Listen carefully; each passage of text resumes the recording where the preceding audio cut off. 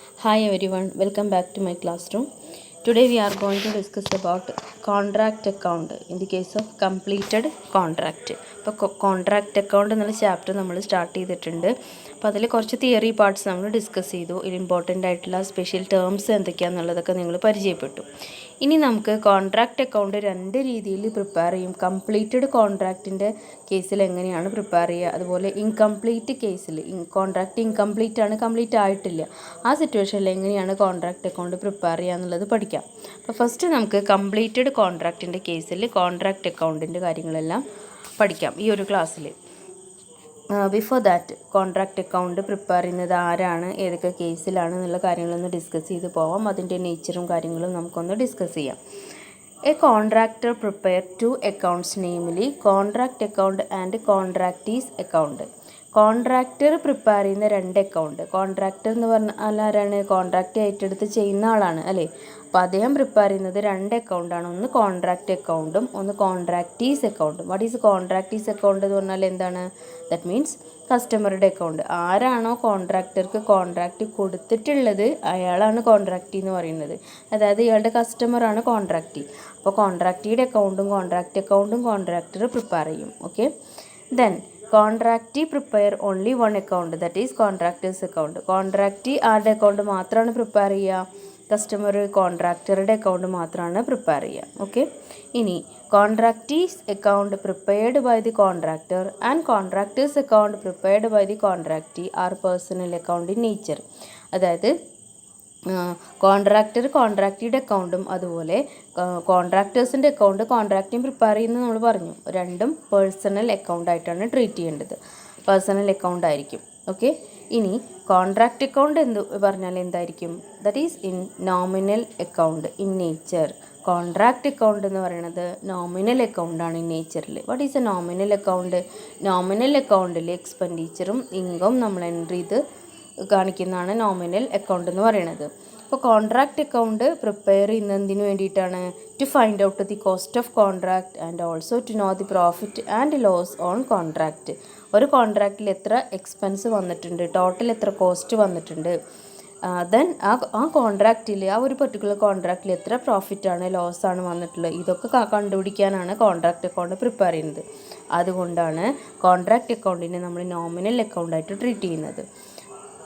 Then profit loss ഒന്ന് കണ്ടുപിടിക്കുന്നത് കൊണ്ട് തന്നെ കോൺട്രാക്റ്റ് അക്കൗണ്ട് എന്ന് പറയുന്നത് that should be treated as a profit and loss account. Okay, അപ്പോൾ contract account is prepared to find out the cost of contract and to know the profit or loss of the contract. So the contract account is set to be a profit and loss account. Okay, then what is the difference between the two side of the contract account? Contract അക്കൗണ്ടിൽ debit സൈഡും ഉണ്ടാവും, credit സൈഡും ഉണ്ടാവും. അപ്പോൾ രണ്ട് സൈഡും നമ്മൾ ഡിഫറൻസിനെ നമ്മൾ എന്താണ് കണക്കാക്കേണ്ടത്?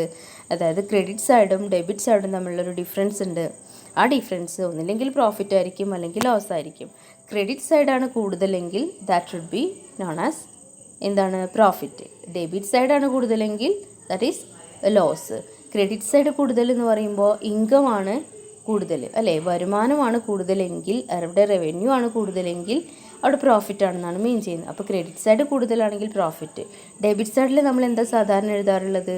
എക്സ്പെൻസസ് ഇത്ര ചിലവായി, അത്ര രൂപ ചിലവായി, മെറ്റീരിയലിന് ഇത്രയായി, ലേബറിന് ഇത്രയായി, അതിന് കോസ്റ്റ് നമ്മൾ ഡെബിറ്റ് സൈഡിൽ എൻട്രി ചെയ്യില്ല. ആ ഡെബിറ്റ് സൈഡ് കൂടുതലാണെങ്കിൽ അതിൻ്റെ അർത്ഥം എന്താണ്? എക്സ്പെൻസ് കൂടുതലാണെന്ന്, എന്ന് വെച്ചാൽ അവിടെ ലോസ് ആണെന്ന്. But the difference between two sides of the contract account is profit or loss upon the contract. If the credit side exceed the debit side, the difference is profit. If the debit side exceed the credit side, the difference is loss. Clear ആണല്ലോ? ഇനി ഈ format of contract account. Contract അക്കൗണ്ടിൻ്റെ format ഇത് completed കോൺട്രാക്റ്റിൻ്റെ കേസിലാണ് കേട്ടോ. അതായത് contract complete ആണെങ്കിൽ എങ്ങനെയാണ് അതിൻ്റെ ഫോർമാറ്റ് എന്ന്. Debit side, credit side, particulars column രണ്ട് സൈഡിലും ഉണ്ടാവും, എമൗണ്ടുകളും ഉണ്ടാവും. ഇനി പെർട്ടിക്കുലേഴ്സ് കോളത്തിൽ first material issued from store. Material എത്രയാണ് ഇഷ്യൂ ചെയ്തിട്ടുള്ളത് സ്റ്റോറിൽ നിന്ന്, അതല്ലെങ്കിൽ മെറ്റീരിയൽ എത്രയാണ് പർച്ചേസ് ചെയ്തിട്ടുള്ളത്. അതുപോലെ ഈ കോൺട്രാക്റ്റിലേക്കുള്ള പ്ലാന്റ് പർച്ചേസ് ചെയ്തിട്ടുണ്ടെങ്കിൽ അത്, വേജസ് കൊടുത്തിട്ടുണ്ടെങ്കിൽ അത്, അതിൽ ഔട്ട്സ്റ്റാൻഡിങ് ഒക്കെ ഉണ്ടെങ്കിൽ ആഡ് ചെയ്യണം. അതേപോലെ വേജസ് അല്ലാതെ മറ്റ് ഡയറക്റ്റ് ആയിട്ടുള്ള ചാർജബിൾ ആയിട്ടുള്ള എക്സ്പെൻസസ് ഉണ്ടെങ്കിൽ അത്. ഓക്കെ, അപ്പോൾ ഡെബിറ്റ് സൈഡിൽ എന്തൊക്കെയാണ് വരിക? മെറ്റീരിയൽ ഇഷ്യൂ ചെയ്ത് സ്റ്റോറിൽ നിന്ന് മെറ്റീരിയൽ ഇഷ്യൂ ചെയ്തിട്ടുണ്ടെങ്കിൽ അത്, മെറ്റീരിയൽ പർച്ചേസ് ചെയ്തിട്ടുണ്ടെങ്കിൽ അത്, വേജസ്, ഡയറക്റ്റ് എക്സ്പെൻസസ്, ഈ കോൺട്രാക്റ്റിന് വേണ്ടി പ്ലാന്റ് പർച്ചേസ് ചെയ്തിട്ടുണ്ടെങ്കിൽ അതിൽ, മറ്റെന്തെങ്കിലും തരത്തിലുള്ള ഇൻഡയറക്റ്റ് ആയിട്ടുള്ള എക്സ്പെൻസ് ഉണ്ടെങ്കിൽ അതെല്ലാം ഡെബിറ്റ് സൈഡിൽ വരും. ഓക്കെ, ഇനി ക്രെഡിറ്റ് സൈഡ് നോക്കുക. ക്രെഡിറ്റ് സൈഡിൽ മെറ്റീരിയൽ ഇൻ ഹാൻഡ് അല്ലെങ്കിൽ മെറ്റീരിയൽ അറ്റ് സൈറ്റ് എന്ന് വെച്ചാൽ ക്ലോസിങ് നേച്ചറിലുള്ള ക്ലോസിങ് സ്റ്റോക്ക് ഓഫ് മെറ്റീരിയൽ തന്നിട്ടുണ്ടെന്ന് വിചാരിച്ചോളൂ. അപ്പോൾ ക്ലോസിങ് സ്റ്റോക്ക് ഓഫ് മെറ്റീരിയൽ നമ്മൾ ക്രെഡിറ്റ് സൈഡിൽ കാണിക്കണം. മെറ്റീരിയൽ സെയിൽ ചെയ്തിട്ടുണ്ടെങ്കിൽ ക്യാഷ് കിട്ടും അല്ലേ? മെറ്റീരിയൽ സെയിൽ ചെയ്തിട്ടുണ്ടെങ്കിൽ മെറ്റീരിയൽ സോൾഡ് ക്രെഡിറ്റ് സൈഡിൽ കാണിക്കണം. പ്ലാന്റ് സെയിൽ ചെയ്തിട്ടുണ്ടെങ്കിൽ പ്ലാന്റ് സോൾഡ് ക്രെഡിറ്റ് സൈഡിൽ കാണിക്കും. ദെൻ പ്ലാന്റ് നമ്മൾ ഓപ്പണിംഗ് ഡേറ്റിന് ക്രെഡിറ്റ് സൈഡിൽ, ഡെബിറ്റ് സൈഡിൽ നമ്മൾ പ്ലാന്റ് പർച്ചേസ് ചെയ്തത് കാണിച്ചിട്ടുണ്ട്. അത് മുഴുവനായിട്ട് നമ്മൾ യൂസ് ചെയ്യുമോ? പ്ലാന്റ് മുഴുവനായിട്ട് നമ്മൾ കൺസ്യൂം ചെയ്യുമോ? ഇല്ല. അപ്പോൾ ക്ലോസിംഗ് ഡേറ്റിന് പ്ലാന്റ് ഉണ്ടായിരിക്കും, ആ പ്ലാന്റ് ക്രെഡിറ്റ് സൈഡിൽ കാണിക്കണം. അതായത് ഓപ്പണിംഗ് ഡേറ്റിന് മീൻസ് പ്ലാന്റ് പർച്ചേസ് ചെയ്തത് ഡെബിറ്റ് സൈഡിലും ക്ലോസിംഗ് ഡേറ്റിന് അതിൻ്റെ വാല്യൂ ക്രെഡിറ്റ് സൈഡിലും നമ്മൾ കാണിക്കും. അപ്പോൾ അതിൻ്റെ എഫക്റ്റ് എന്താണ്? ഡിപ്രീസിയേഷൻ ലെസ് ചെയ്തിട്ടുള്ളതായിരിക്കും അല്ലേ കാണിക്കുന്നത്. എന്ന് വെച്ചാൽ ഡിപ്രീസിയേഷൻ്റെ എഫക്റ്റാണ് അവിടെ വരിക. ഡിപ്രീസിയേഷൻ ഡെബിറ്റ് ചെയ്ത എഫക്റ്റാണ് വരിക. കാരണം 5 ലക്ഷം രൂപയുടെ പ്ലാന്റ് ഓപ്പണിംഗ് ഡേറ്റിന് നമ്മൾ പർച്ചേസ് ചെയ്തതായിട്ട് ഡെബിറ്റ് സൈഡിൽ കാണിച്ചു. കോൺട്രാക്റ്റൊക്കെ കഴിഞ്ഞ് അതിൽ നിന്ന് ഒരു 10,000 രൂപ ഡിപ്രീസിയേഷൻ ലെസ് ചെയ്തു. എന്നിട്ട് 4,90,000 രൂപ നമ്മൾ ക്രെഡിറ്റ് സൈഡിൽ കാണിച്ചു. അതിൻ്റെ എഫക്റ്റ് എന്താ?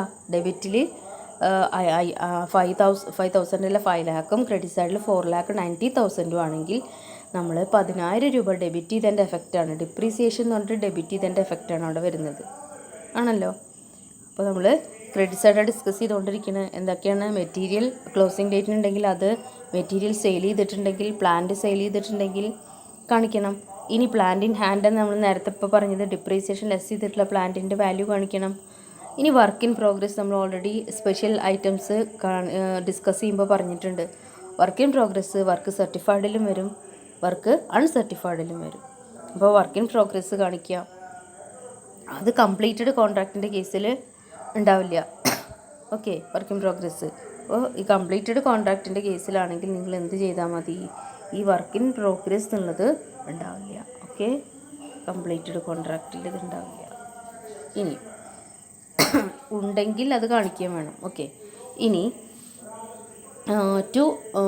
ഇനി ഇതിൻ്റെ എന്ത് ചെയ്യുക? ഡെബിറ്റ് സൈഡും ക്രെഡിറ്റ് സൈഡും കൂടെ ബാലൻസ് ചെയ്യുക. ഡെബിറ്റ് സൈഡും ക്രെഡിറ്റ് സൈഡും ബാലൻസ് ചെയ്യുമ്പോൾ ക്രെഡിറ്റ് സൈഡാണ് കൂടുതലെങ്കിൽ നമുക്ക് പ്രോഫിറ്റ് കിട്ടും, അത് ഡെബിറ്റ് സൈഡിലാണ് എഴുതുക. ഇനി ഡെബിറ്റ് സൈഡാണ് കൂടുതലെങ്കിൽ നമുക്ക് ലോസ് കിട്ടും, അത് എവിടെ എഴുതുക? ക്രെഡിറ്റ് സൈഡിലും എഴുതാം. ഇനി ഈ വർക്ക് ഇൻ പ്രോഗ്രസ്സിന് പകരം ഇവിടെ കോൺട്രാക്റ്റ് അക്കൗണ്ട് കംപ്ലീറ്റ് ആണല്ലോ അല്ലേ? കംപ്ലീറ്റ് ആണെങ്കിൽ അവിടെ നമ്മൾ കാണിക്കേണ്ടത് എന്താണ്? ഈ ബൈ കോൺട്രാക്റ്റി, അതായത് കോൺട്രാക്റ്റി എന്ന് പറഞ്ഞാൽ ഏതാണോ നമ്മുടെ കസ്റ്റമർ, അവിടെ ആ കസ്റ്റമറുടെ പേര് കാണിച്ച് അവിടെ നമ്മൾ എന്ത് ചെയ്യും? എമൗണ്ട് കാണിക്കണം. ഓക്കെ, വർക്ക് ഇൻ പ്രോഗ്രസ് അല്ല ഉണ്ടാവുക. എന്താ ഉണ്ടാവുക? ഇതിൻ്റെ ശരിക്കുള്ള ഫോർമാറ്റ് ഞാൻ നിങ്ങൾക്ക് PDF ആയിട്ട് സെൻഡ് ചെയ്ത് തരാം കേട്ടോ. ഓക്കെ, അപ്പോൾ എന്താണ്? കോൺട്രാക്റ്റ് അക്കൗണ്ടിൽ എന്താ പറഞ്ഞത്? കോൺട്രാക്റ്റ് അക്കൗണ്ടിൽ ഈ ക്രെഡിറ്റ് സൈഡിൽ വർക്ക് ഇൻ പ്രോഗ്രസ്സിന് പകരം എന്തായിരിക്കും? കോൺട്രാക്റ്റി അക്കൗണ്ട് എന്ന് പറഞ്ഞിട്ട് കോൺട്രാക്റ്റ് എത്ര രൂപയുടെ കോൺട്രാക്റ്റ്? 10 ലക്ഷം രൂപയുടെ കോൺട്രാക്റ്റ് ആണെങ്കിൽ 10 ലക്ഷം രൂപയാണ് ഇവിടെ കാണിക്കുക. ഓക്കെ, അപ്പോൾ ഇതാണ് അതിൻ്റെ ഒരു ഫോർമാറ്റ് എന്ന് പറയുന്നത്. അപ്പോൾ ക്ലിയർ ആയിട്ട് ശ്രദ്ധിക്കുക. വർക്ക് ഇൻ പ്രോഗ്രസ്സിന് പകരം എന്താണ് ഇവിടെ ഉണ്ടാവുക? കോൺട്രാക്റ്റി അക്കൗണ്ടാണ് ഉണ്ടാവുക, അതിൻ്റെ എമൗണ്ടുമാണ് കാണിക്കുക. ക്ലിയർ ആണല്ലോ? ഇനി നിങ്ങൾക്ക് ഞാൻ പ്രത്യേകമായിട്ട് നോട്ട് ചെയ്ത ഒരു കാര്യം, അതായത് ക്യാഷ് അല്ലെങ്കിൽ advance received from contractee should not be taken to contract account. Advance ആയിട്ട് റിസീവ് ചെയ്തിട്ടുണ്ട് അല്ലെങ്കിൽ ക്യാഷ് കുറച്ച് റിസീവ് ചെയ്തിട്ടുണ്ട് കോൺട്രാക്റ്റിയുടെ കയ്യിൽ നിന്ന് എങ്കിൽ അതിവിടെ കാണിക്കേണ്ട ആവശ്യമില്ല. ഓക്കെ, ഇനി ഇവിടെ നമ്മൾ ശ്രദ്ധിക്കേണ്ട ഒരു ഐറ്റം എന്ന് പറയുന്നത് plant and machinery. Plant and മെഷീനറിയുടെ കേസിൽ ഈ പ്ലാന്റ് ആൻഡ് മെഷീനറി ലീസ് ചെയ്തിരിക്കുകയാണെങ്കിൽ, ലീസിനാണ് എടുത്തിട്ടുള്ളത് വിചാരിച്ചോളൂ, അങ്ങനെയാണെങ്കിൽ ലീസിങ് ചാർജിൽ ഡയറക്റ്റ്ലി ടു കോൺട്രാക്റ്റ് അക്കൗണ്ട്, കോൺട്രാക്റ്റിലേക്ക് ഡയറക്റ്റായിട്ട് ലീസിങ് ചാർജ് ചെയ്യുക ലീസിങ്ങിനാണെങ്കിൽ. അതെല്ലാം നമ്മൾ പ്ലാന്റ് പർച്ചേസ് ചെയ്തിരിക്കുകയാണ് വിചാരിച്ചോളൂ. അപ്പോൾ 2 മെത്തേഡിൽ ട്രീറ്റ് ചെയ്യാം. ഒന്ന് ഫസ്റ്റ് മെത്തേഡും സെക്കൻഡ് മെത്തേഡ്. പ്ലാന്റ് നമ്മൾ കോൺട്രാക്റ്റിന് വേണ്ടി വാങ്ങുകയാണ് ചെയ്തിട്ടില്ലെങ്കിൽ ഫസ്റ്റ് മെത്തേഡിൽ ചെയ്യുന്നത് at the time of issue of plan to contract account debited with the full amount or value of the plan. നമ്മൾ നേരത്തെ എക്സാമ്പിൾ പറഞ്ഞു 5 lakh റുപ്പീസിനാണ് പ്ലാന്റ് പർച്ചേസ് ചെയ്തിട്ടുള്ളതെങ്കിൽ എന്ത് കാണിക്കുക, ഡെബിറ്റ് സൈഡിൽ എന്ത് ചെയ്യണം, 5 lakh എന്ന് പറഞ്ഞിട്ട് പ്ലാന്റ് പർച്ചേസ് ചെയ്തിട്ട് 5 lakh റുപ്പീസ് കാണിക്കണം. ഓക്കെ, ഡെബിറ്റ് സൈഡിൽ. ഇനി at the end of the period the contract account is credited with depreciated value എന്ന് വെച്ചാൽ എന്താണ്, cost less depreciation. Contract finish ചെയ്തു, അപ്പോൾ ലാസ്റ്റ് ഡേറ്റിന് നമ്മൾ ക്രെഡിറ്റ് സൈഡിൽ ബൈ പ്ലാൻഡ് എന്ന് പറഞ്ഞിട്ട് കാണിക്കണം. അവിടെ കാണിക്കുമ്പോൾ കോസ്റ്റ് നിന്ന് ഡിപ്രീസിയേഷൻ ലെസ് ചെയ്തിട്ടുള്ള എമൗണ്ടേ കാണിക്കാൻ പാടുള്ളൂ. Okay, it is adopted when plant is used at the contract for a long പീരീഡിൽ. പ്ലാന്റ് നമ്മൾ വാങ്ങി ഒരുപാട് കാലം ഉപയോഗിക്കാൻ വേണ്ടിയിട്ടാണ് വാങ്ങിയതെങ്കിൽ അങ്ങനെയുള്ള സിറ്റുവേഷനിലാണ് ഈ ഫസ്റ്റ് മെത്തേഡ് യൂസ് ചെയ്യുക. അപ്പോൾ നമുക്ക് തരുന്ന പ്രോബ്ലത്തിലധികം ഈ ഒരു മെത്തേഡാണ് നമ്മൾ ഫോളോ ചെയ്യാറുള്ളത്. ഓക്കെ, അപ്പോൾ പ്ലാന്റ് വാങ്ങുമ്പോൾ അത് ഡെബിറ്റ് ചെയ്യുക, കോൺട്രാക്റ്റ് എൻഡിൽ നമ്മൾ ഡിപ്രീസിയേഷൻ ലെസ് ചെയ്തിട്ട് ക്രെഡിറ്റ് സൈഡിലും കാണിക്കാം. രണ്ടാമത്തെ method, second method, contract account is debited with hourly rate of depreciation for the number of hours the plant is used on contract. നമ്മളിപ്പോൾ വലിയ ക്രെയിനൊക്കെ ചില കോൺട്രാക്റ്റിൽ വലിയ ബിൽഡിംഗ് കൺസ്ട്രക്ഷൻ്റെ കേസിലൊക്കെ ആണെങ്കിൽ, ബ്രിഡ്ജ് കൺസ്ട്രക്ഷൻ്റെ കേസിലൊക്കെ ആണെങ്കിൽ നമുക്ക് ചിലപ്പോൾ ക്രെയിനൊക്കെ യൂസ് ചെയ്യേണ്ടി വരും അല്ലേ, കോൺട്രാക്ടർക്ക് ക്രെയിൻ യൂസ് ചെയ്യേണ്ടി വരും. അപ്പോൾ ക്രെയിൻ ഒരു പെർട്ടിക്കുലർ കോൺട്രാക്റ്റിന് വേണ്ടി ക്രെയിനൊക്കെ പർച്ചേസ് ചെയ്യുക എന്നുള്ളത് അത്രയും കോസ്റ്റ്ലിയാണ്. അപ്പോൾ അതുകൊണ്ട് ക്രെയിനൊക്കെ ഹവേർലി ബേസിൽ അവർ ആ കോൺട്രാക്റ്റിന് വേണ്ടിയിട്ട് മാത്രം എടുക്കുകയാണ് ചെയ്യുക. അപ്പോൾ എത്ര മണിക്കൂർ യൂസ് ചെയ്തു അതിനനുസരിച്ചിട്ടാണ് അതിൻ്റെ റേറ്റ് കൊടുക്കാറുള്ളത്. അപ്പോൾ ഈ ഒരു സിറ്റുവേഷനിൽ contract account is debited with hourly rate of depreciation for the number of hours the plant is used for the contract. ആ ഒരു കോൺട്രാക്റ്റിൽ എത്ര മണിക്കൂറാണോ യൂസ് ചെയ്തത് അതിനനുസരിച്ചിട്ട് ഹവേർലി റേറ്റ് ഫിക്സ് ചെയ്തിട്ടാണ് ആ ചാർജാണ് നമ്മൾ കോൺട്രാക്ട് അക്കൗണ്ടിൽ കാണിക്കുക. This hourly rate is computed by dividing total amount of depreciation and all other operating expenses of plant by the total estimated working hours of plant.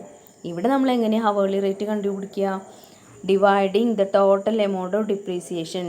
Total amount of depreciation എത്രയാണോ, മറ്റ് operating expenses എത്രയാണോ വന്നിട്ടുള്ളത്, രണ്ടും കൂടെ add ചെയ്തതിന് ശേഷം total എത്ര working hours നമ്മൾ ഈ ഒരു പെർട്ടിക്കുലർ പ്ലാന്റ് യൂസ് ചെയ്തിട്ടുണ്ട് ആ വർക്കിംഗ് ഹവേഴ്സ് കൊണ്ട് ഡിവൈഡ് ചെയ്ത് കഴിഞ്ഞാൽ നമുക്ക് ഹവേർലി റേറ്റ് കിട്ടും. ഈ മെത്തേഡ് നമ്മൾ അഡോപ്റ്റ് ചെയ്യുന്നത് ഏത് കേസിലാണ്, സ്പെഷ്യൽ ആയിട്ടുള്ളൊരു അസറ്റാണ് നമ്മൾ യൂസ് ചെയ്യുന്നതെങ്കിൽ, സ്പെഷ്യൽ പ്ലാന്റാണ് യൂസ് ചെയ്യുന്നതെങ്കിൽ, അല്ലെങ്കിൽ കോസ്റ്റ്ലി ആയിട്ടുള്ളൊരു പ്ലാന്റാണ് നമ്മൾ യൂസ് ചെയ്യുന്നതെങ്കിൽ, അല്ലെങ്കിൽ ഷോർട്ട് പീരീഡ് ഓഫ് ടൈമിന് വേണ്ടി മാത്രമാണ് ആ ഒരു പെർട്ടിക്കുലർ പ്ലാന്റ് നമ്മൾ യൂസ് ചെയ്യുന്നതെങ്കിലാണ് ഈ ഒരു ട്രീറ്റ്മെൻറ്റ് ചെയ്യേണ്ടത്. ഓക്കെ, ഇപ്പോൾ ക്രെയിനൊക്കെയാണ് അതിൻ്റെ എക്സാമ്പിളായിട്ട് മനസ്സിൽ വിചാരിച്ച് ഇതാണ്ട് വാങ്ങിച്ചു കഴിഞ്ഞാൽ ക്ലിയർ ആവും. ഓക്കെ, നെക്സ്റ്റ് ഒരു ക്വസ്റ്റ്യൻ നമുക്ക് ഡിസ്കസ് ചെയ്യാം. മധു undertook a contract for constructing a building on 1st July 2018 for Sundar എന്നുള്ളൊരു കസ്റ്റമർക്ക് വേണ്ടിയിട്ട് മധു എന്നുള്ളൊരു കോൺട്രാക്ടർ 1st July 2018 ഒരു കോൺട്രാക്റ്റ് ഏറ്റെടുത്തു. ഓക്കെ, അതിൻ്റെ കോൺട്രാക്റ്റ് പ്രൈസ് എന്ന് പറയുന്നത് 75,000 ആണ്. താഴെ പറയുന്ന എക്സ്പെൻസസ് വന്നിട്ടുണ്ട്. Material consumed 25,000, material in hand at the end closing ഡേറ്റിന് മെറ്റീരിയൽ 1000 രൂപയുടെ ഉണ്ട്, wages 35,000, direct expense 20,000, plant purchase ചെയ്തത് 10,000. Contract was completed on 31st December 2019. അപ്പോൾ ജൂലൈയിൽ തുടങ്ങി ഡിസംബറിൽ കംപ്ലീറ്റ് ചെയ്തു. കഴിഞ്ഞ വർഷം 18 ജൂലൈയിൽ തുടങ്ങി 19 ഡിസംബറിൽ, അപ്പോൾ 9 months വരും. ജൂലൈ മുതൽ ഡിസംബർ വരെ, നെക്സ്റ്റ് ഡിസംബർ വരെ 9 months വരും. Contract price was duly received. Provide depreciation at 10% per annum. P എന്ന് പറയുമ്പോൾ പെർ ആനം ഓൺ പ്ലാന്റ്. പ്ലാന്റിൻ്റെ മുകളിൽ 10% ഡിപ്രീസിയേഷനാണ് പ്രൊവൈഡ് ചെയ്യേണ്ടത്. Then charge indirect expenses at 20% on wages. Indirect എക്സ്പെൻസും വരുന്നുണ്ട്, വേജസിൻ്റെ 20% ആണ് ഇൻഡയറക്റ്റ് എക്സ്പെൻസ് വരുന്നത്. കോൺട്രാക്റ്റ് അക്കൗണ്ട് പ്രിപ്പയർ ചെയ്യണം. മധുവിൻ്റെ ബുക്കിൽ, കോൺട്രാക്ടറുടെ ബുക്കിൽ കോൺട്രാക്റ്റ് അക്കൗണ്ട് പ്രിപ്പയർ ചെയ്യണം. അപ്പോൾ മധുവാണ് ഇവിടെ കോൺട്രാക്ടർ. അദ്ദേഹത്തിൻ്റെ അക്കൗണ്ടിൽ കോൺട്രാക്റ്റ് അക്കൗണ്ട് ബുക്കിൽ കോൺട്രാക്റ്റ് അക്കൗണ്ട് നമ്മൾ പ്രിപ്പയർ ചെയ്യാൻ പോവാണ്. മെറ്റീരിയൽ കൺസ്യൂംഡ് ഇവിടെ എന്താ ചെയ്യേണ്ടത് നമുക്കറിയോ, മെറ്റീരിയൽ പർച്ചേസ് ചെയ്താണ് കോൺട്രാക്റ്റ് അക്കൗണ്ടിൽ കാണിക്കേണ്ടത്. അപ്പോൾ മെറ്റീരിയൽ പർച്ചേസ് ചെയ്തത് കാണിക്കണം, മെറ്റീരിയൽ ഇൻ ഹാൻഡ് ക്രെഡിറ്റ് സൈഡിൽ കാണിക്കണം, വേജസ് ഡെബിറ്റ് ചെയ്യണം, ഡയറക്റ്റ് എക്സ്പെൻസ് ഡെബിറ്റ് ചെയ്യണം, പ്ലാന്റ് പർച്ചേസ് ഡെബിറ്റ് ചെയ്യണം, ക്ലോസിംഗ് ഡേറ്റിന് ഡിപ്രീസിയേഷൻ ലെസ് ചെയ്തിട്ടുള്ളത് ക്രെഡിറ്റും ചെയ്യണം. ഇനി ഡിപ്രീസിയേഷൻ ഓൺ പ്ലാന്റ് കണ്ടുപിടിക്കാൻ 10% എന്ന് പറയുന്നുണ്ട്. പക്ഷെ നമ്മളിത് യൂസ് ചെയ്തത് ജൂലൈ 1 മുതൽ നെക്സ്റ്റ് ഇയർ ഡിസംബർ വരെയാണ്. അപ്പോൾ 9 months വരും. July, August, September, October, November, December, January, February, March. Okay. ഇനി മാർച്ചല്ല, ഇവിടെ മാർച്ചാണ് കേട്ടോ, ഡിസംബർ അല്ല. July, August, September, October, November, December, January, February, March. അതായത് ഇവിടെ ഒരു മിസ്റ്റേക്ക് എന്താണെന്ന് വെച്ചാൽ ഇത് 12 അല്ല, ഇവിടെ 3 ആണ്. ഓക്കെ, മാർച്ചാണ്. 31 മാർച്ച് 2019 ആണ്. അത് ടൈപ്പ് ചെയ്തപ്പോൾ 12 ആയി പോയതാണ് കേട്ടോ. അപ്പോൾ അത് ഡിസംബർ അല്ല, എന്താണ്, മാർച്ചാണ്. PDF ഞാൻ കറക്റ്റ് ചെയ്തിട്ട് തരാം. ഓക്കെ. ഇനി അപ്പോൾ നമ്മളെന്ത് പറഞ്ഞു, ഇത് ഡിസംബർ അല്ല, പ്രത്യേകം നിങ്ങൾ നോട്ട് ചെയ്യുക. ഇവിടെ ഞാൻ കട്ട് ചെയ്ത് വെക്കട്ടെ, നിങ്ങൾ PDF നോക്കിയിട്ട് നോട്ട് എഴുതാൻ പാടുള്ളൂ കേട്ടോ. ഇത് മാർച്ചാണ്, 3 ആണ് അവിടെ എഴുതേണ്ടത്. ഓക്കെ. ഇനി കോൺട്രാക്റ്റ് പ്രൈസ് എന്ന് പറഞ്ഞത് നമ്മൾ 75,000 അത് റിസീവ് ചെയ്യാൻ ചെയ്തിട്ടുണ്ട്. ഇത്രയും കാര്യങ്ങളാണ് പറഞ്ഞിട്ടുള്ളത്. ഇൻഡയറക്റ്റ് എക്സ്പെൻസ് വേജസിൻ്റെ 20% ആണ്. ഇനി നമുക്ക് സോൾവ് ചെയ്ത് നോക്കാം. സോൾവ് ചെയ്തതിൽ സൊല്യൂഷൻ നോക്കാം. ഇവിടെ ഹെഡിങ് നിങ്ങൾ കോൺട്രാക്റ്റ് അക്കൗണ്ട് എന്ന് കൊടുക്കണം. ഞാനത് വിട്ടുപോയതാണ്. അപ്പോൾ ഹെഡിങ് നിങ്ങൾ എന്ത് ചെയ്യുക, കോൺട്രാക്റ്റ് അക്കൗണ്ട് എന്ന് കാണിക്കുക. ഓക്കെ, കോൺട്രാക്റ്റ് അക്കൗണ്ട് എന്ന് കാണിച്ചതിന് ശേഷം പർട്ടിക്കുലേഴ്സ് കോളം ഡെബിറ്റ് സൈഡിൽ, അതേപോലെ പർട്ടിക്കുലേഴ്സ് കോളം ക്രെഡിറ്റ് സൈഡിൽ എമൗണ്ട് കോളം കാണിക്കുക. ഇനി ഡെബിറ്റ് സൈഡിൽ നമ്മൾ എന്തൊക്കെ ചെയ്തിട്ടുണ്ട്, മെറ്റീരിയൽ പർച്ചേസ് ചെയ്താണ് കാണിക്കേണ്ടത്. 26,000 ആണ് വരിക. പക്ഷെ നമുക്ക് ക്വസ്റ്റ്യനിൽ എന്താ തന്നിട്ടുള്ളത്, മെറ്റീരിയൽ കൺസ്യൂംഡ് ആണ് തന്നിട്ടുള്ളത് അല്ലേ. അപ്പോൾ നമുക്ക് മെറ്റീരിയൽ പർച്ചേസ്ഡ് കണ്ടുപിടിക്കണം. അതെങ്ങനെ കണ്ടുപിടിച്ചിട്ടുള്ളത് നോക്കാം. ഇവിടെ മെറ്റീരിയൽ പർച്ചേസ്ഡ് എന്ന് പറയുന്നത്, നോക്കൂ, മെറ്റീരിയൽ കണ്ടുപിടിക്കാൻ പോവാണ്. അതായത് ഈ രണ്ടാമത്തത് നോക്കുക, മെറ്റീരിയൽ പർച്ചേസ്ഡ്. മെറ്റീരിയൽ കൺസ്യൂംഡ് എന്ന് പറഞ്ഞാൽ എങ്ങനെ കണ്ടുപിടിക്കുക, പർച്ചേസസ് ഓഫ് മെറ്റീരിയലും ഓപ്പണിംഗ് സ്റ്റോക്ക് ഓഫ് മെറ്റീരിയലും ആഡ് ചെയ്ത് closing stock of material less ചെയ്യാണ് ചെയ്യുക. അപ്പോൾ നിങ്ങളത് നോട്ട്ബുക്കിൽ ഒരു ബോക്സിൽ ഇട്ട് വയ്ക്കണത് കേട്ടോ. ഈ ഇക്വേഷൻ മെറ്റീരിയൽ കൺസ്യൂംഡ് എങ്ങനെ കണ്ടുപിടിക്കുക, പർച്ചേസസ് ഓഫ് മെറ്റീരിയൽ, എത്ര രൂപയുടെ മെറ്റീരിയൽ നമ്മൾ വാങ്ങി ഇപ്രാവശ്യം, കഴിഞ്ഞ സ്റ്റോക്ക് നമ്മുടെ കയ്യിൽ എത്രയാണ് ഓപ്പണിംഗ് ഡേറ്റിനുള്ളത്, അത് രണ്ടും കൂടെ ആഡ് ചെയ്യുക. അപ്പോൾ നമ്മുടെ കയ്യിൽ ടോട്ടൽ എത്ര മെറ്റീരിയൽ ഉണ്ട് നമുക്ക് കിട്ടും. അതിൽ നിന്ന് ക്ലോസിംഗ് സ്റ്റോക്ക് ഓഫ് മെറ്റീരിയൽ, അതായത് എൻഡിൽ കോൺട്രാക്റ്റ് ലാസ്റ്റിൽ നമ്മുടെ കയ്യിൽ എത്ര സ്റ്റോക്ക് ഉണ്ട് അത് ലെസ് ചെയ്ത് കഴിഞ്ഞാൽ എത്ര മെറ്റീരിയലാണ് നമ്മൾ യൂസ് ചെയ്തത് എന്നുള്ളത് കിട്ടും, കൺസ്യൂം ചെയ്തത് എന്ന് കിട്ടും. അപ്പോൾ നമ്മൾ ഈ കോൺട്രാക്റ്റിന് വേണ്ടി വാങ്ങിയ മെറ്റീരിയലും ഓപ്പണിംഗ് ഡേറ്റിന് നമ്മുടെ കയ്യിൽ ഓൾറെഡി ഉള്ള മെറ്റീരിയലും ആഡ് ചെയ്യുക. അതിൽ നിന്ന് ഏറ്റവും ലാസ്റ്റ് നമ്മുടെ കയ്യിൽ ബാക്കി എത്ര മെറ്റീരിയൽ ഉണ്ട് നോക്കുക. ആ മെറ്റീരിയൽ നോക്കിക്കഴിഞ്ഞാൽ അത് ലെസ് ചെയ്ത് കഴിഞ്ഞാൽ നമുക്ക് എത്ര മെറ്റീരിയലാണ് നമ്മൾ ഈ കോൺട്രാക്റ്റിന് വേണ്ടി ഉപയോഗിച്ചത്, യൂസ് ചെയ്തത്, കൺസ്യൂം ചെയ്തതെന്ന് കണ്ടുപിടിക്കാൻ പറ്റും. അത് ആ ഇക്വേഷൻ വെച്ചാൽ നമ്മൾ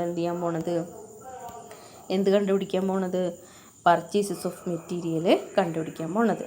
അപ്പോൾ purchases of material is equal to, അതായത് ഇതിനെടുത്ത് പുറത്തേക്കില്ല, purchase of material is equal to material consumed minus, അതായത് ഓപ്പണിംഗ് സ്റ്റോക്ക് ഇവിടെ പ്ലസ് ചെയ്യാനാണ്, അപ്പോൾ അത് ഇങ്ങോട്ട് വരുമ്പോൾ മൈനസ് ചെയ്യാനാവും.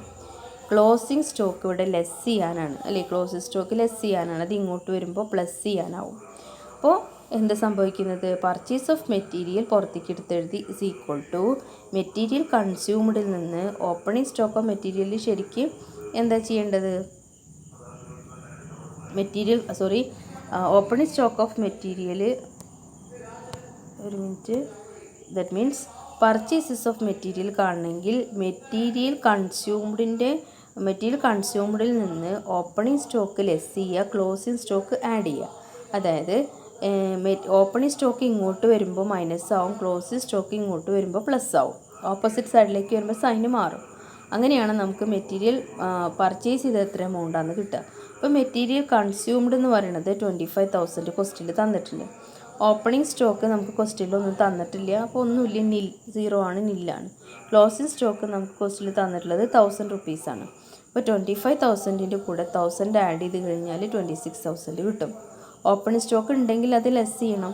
പക്ഷേ ഇവിടെ ഇല്ലാത്തതുകൊണ്ടാണ് 0 ഇട്ടിട്ടുള്ളത്. ഓക്കെ, അപ്പോൾ ഈ ഇക്വേഷൻ ഇങ്ങനെ കിട്ടിയെന്ന് മനസ്സിലായല്ലോ. പർച്ചേസ് ഓഫ് മെറ്റീരിയൽ എടുത്ത് പുറത്തേക്ക് ഇട്ടു. ഓപ്പൺ സ്റ്റോക്ക് ഈ സൈഡിലേക്ക് വരുമ്പോൾ മൈനസ് ചെയ്യാനാവും. ക്ലോസിംഗ് സ്റ്റോക്ക് ലെസ് ചെയ്യാനുള്ളത് ഈ സൈഡിലേക്ക് വരുമ്പോൾ ആഡ് ചെയ്യാനാവും. ക്ലിയർ അല്ലേ?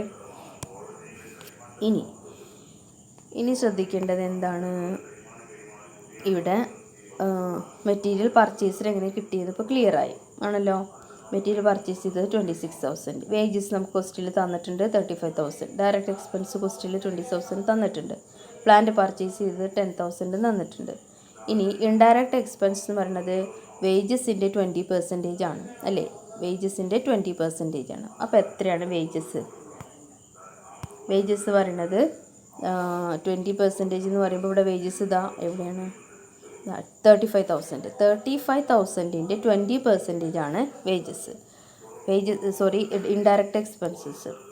അപ്പോൾ ഇൻഡയറക്റ്റ് എക്സ്പെൻസ് എന്ന് പറയുന്നത് ഈ വേജസിൻ്റെ 25%, അതായത് 35,000ൻ്റെ 20% ആണ് 7,000. അപ്പോൾ 35,000 ഇൻറ്റു 20% ആണ് 7,000. ഇനി മെറ്റീരിയൽ ക്ലോസിംഗ് ഡേറ്റിന് 1000 എഴുതി. പ്ലാന്റ് അറ്റ് സൈറ്റ് ക്ലോസിംഗ് ഡേറ്റിന് 10,000 എന്ന് ഡിപ്രീസിയേഷൻ ലെസ് ചെയ്തിട്ടുള്ള എമൗണ്ട് എഴുതി. ഇനി കോൺട്രാക്റ്റി എമൗണ്ട് എന്ന് പറയുന്നത് സുന്ദറാണ് കോൺട്രാക്റ്റിയുടെ പേരെഴുതി. കോൺട്രാക്റ്റ് ഫുൾ എമൗണ്ട് റിസീവ് ചെയ്തിട്ടുണ്ട് 75,000. ഇനി നിങ്ങൾക്ക് കൺഫ്യൂഷൻ ഉണ്ടാവുക എങ്ങനെയാണ് 10% ഡിപ്രീസിയേഷൻ 750 വന്നതെന്നുള്ളത്. അത് നമുക്ക് വർക്കിംഗ് നോട്ടിലൊന്ന് ചെക്ക് ചെയ്യാം. അതായത് നോക്കൂ, 9 months ആണ്. 1 ജൂലൈ തൊട്ട് സ്റ്റാർട്ട് ചെയ്തത് മാർച്ച് വരെ നമ്മൾ 9 months ആണ് കാൽക്കുലേറ്റ് ചെയ്തിട്ടുള്ളത്. അപ്പോൾ പ്ലാന്റിൻ്റെ കോസ്റ്റ് 10,000 ആണ്. ഡിപ്രീസിയേഷൻ എന്ന് പറയുന്നത് 10% ആണല്ലോ. ഡിപ്രീസിയേഷൻ 10%. അപ്പോൾ ആ 10%ൽ നിന്ന് ഡിപ്രീസിയേഷൻ കാണുമ്പോൾ 10,000 ഇൻറ്റു 10% 1,000 ആണ് വരേണ്ടത്. പക്ഷേ നമ്മൾ 9 months അല്ലേ യൂസ് ചെയ്തിട്ടുള്ളൂ. അപ്പോൾ ഇൻറ്റു 9/12 ചെയ്താലാണ് കറക്റ്റ് ആൻസർ കിട്ടുക. അപ്പോൾ 10,000 into 10% into 9 months divide by 12 months. 12 മാസത്തിൽ നമ്മൾ 9 മാസം യൂസ് ചെയ്തിട്ടുള്ളൂ. അപ്പോൾ 750 ആണ് ഡിപ്രീസിയേഷൻ്റെ എമൗണ്ട് വരിക. ആ ഡിപ്രീസിയേഷനാണ് ഈ 10,000 എന്ന് ലെസ് ചെയ്തിട്ടുള്ളത്. ഓക്കെ, ക്ലിയർ അല്ലേ? അപ്പോൾ ക്വസ്റ്റ്യൻ റീഡ് ചെയ്യുക, കെയർഫുള്ളായിട്ട് റീഡ് ചെയ്യുക. അതിനകത്ത് പറഞ്ഞിട്ടുള്ള കാര്യങ്ങളൊക്കെ നോട്ട് ചെയ്യുക, വർക്കിംഗ് നോട്ട് എഴുതിയെടുക്കുക. ഇനി നമ്മൾ എന്താ ചെയ്യാൻ പോണത്? അപ്പോൾ നമ്മൾ എല്ലാ എക്സ്പെൻസും എഴുതി, എല്ലാ ഇൻകം റവന്യൂ സൈഡിലുള്ള ഐറ്റംസ് എല്ലാം എഴുതി. കോൺട്രാക്റ്റ് പ്രൈസ് 75,000 എഴുതി. ഇനി പ്രോഫിറ്റ് ആണോ ലോസ് ആണോ എന്ന് ചെക്ക് ചെയ്യണം. ഡെബിറ്റ് സൈഡ് നമ്മൾ ആഡ് ചെയ്യുമ്പോൾ 98,000 ആണ് വരിക. ഡെബിറ്റ് സൈഡ് ആഡ് ചെയ്യുമ്പോൾ 98,000 വരും. ഈ ഡെബിറ്റ് സൈഡിൽ നിന്ന് ക്രെഡിറ്റ് സൈഡാണ് കുറഞ്ഞ എമൗണ്ട് വരുന്നത്. അതായത് 12,750 ഒരു ഡിഫറൻസ് വരുന്നുണ്ട്. 12,750 രൂപയുടെ ഡിഫറൻസ് വരുന്നുണ്ട്. അപ്പോൾ ആ ഡിഫറൻസ് ആയിരിക്കും എന്ത്? ഇവിടെ എന്താ നമുക്ക് വന്നിട്ടുള്ളത്? ഡെബിറ്റ് സൈഡല്ലേ കൂടുതൽ. അപ്പോൾ നമുക്കിവിടെ വന്നിട്ടുള്ളത് എന്താണ്? ലോസാണ് വന്നിട്ടുള്ളത്. 98,000 ഡെബിറ്റ് സൈഡിലാണ് കൂടുതൽ, ക്രെഡിറ്റ് സൈഡിലാണ് കുറവ്. ദാറ്റ് മീൻസ് ഇവിടെ ലോസാണ്. എത്ര രൂപയുടെ ലോസാണ്? 12,750യുടെ ലോസാണുള്ളത്. ക്ലിയർ ആണല്ലോ? ഇനി നിങ്ങൾക്ക് എന്തെങ്കിലും ഡൗട്ട് വരികയാണെങ്കിൽ നിങ്ങൾ ചോദിക്കുക, ഒന്നുകൂടെ ക്ലിയർ ആക്കി പറഞ്ഞുതരാം. ഓക്കെ, അപ്പോൾ വളരെ ശ്രദ്ധിച്ച് വീഡിയോ കാണുക. പോസ് ചെയ്തിട്ട് കാണാം, റിപ്പീറ്റ് ചെയ്തിട്ട് കാണാം. വളരെ ക്ലിയറായിട്ട് നോട്ട് എഴുതിയെടുക്കുക. മനസ്സിലാവുന്നില്ലെങ്കിൽ ചോദിക്കുക. Okay, thank you.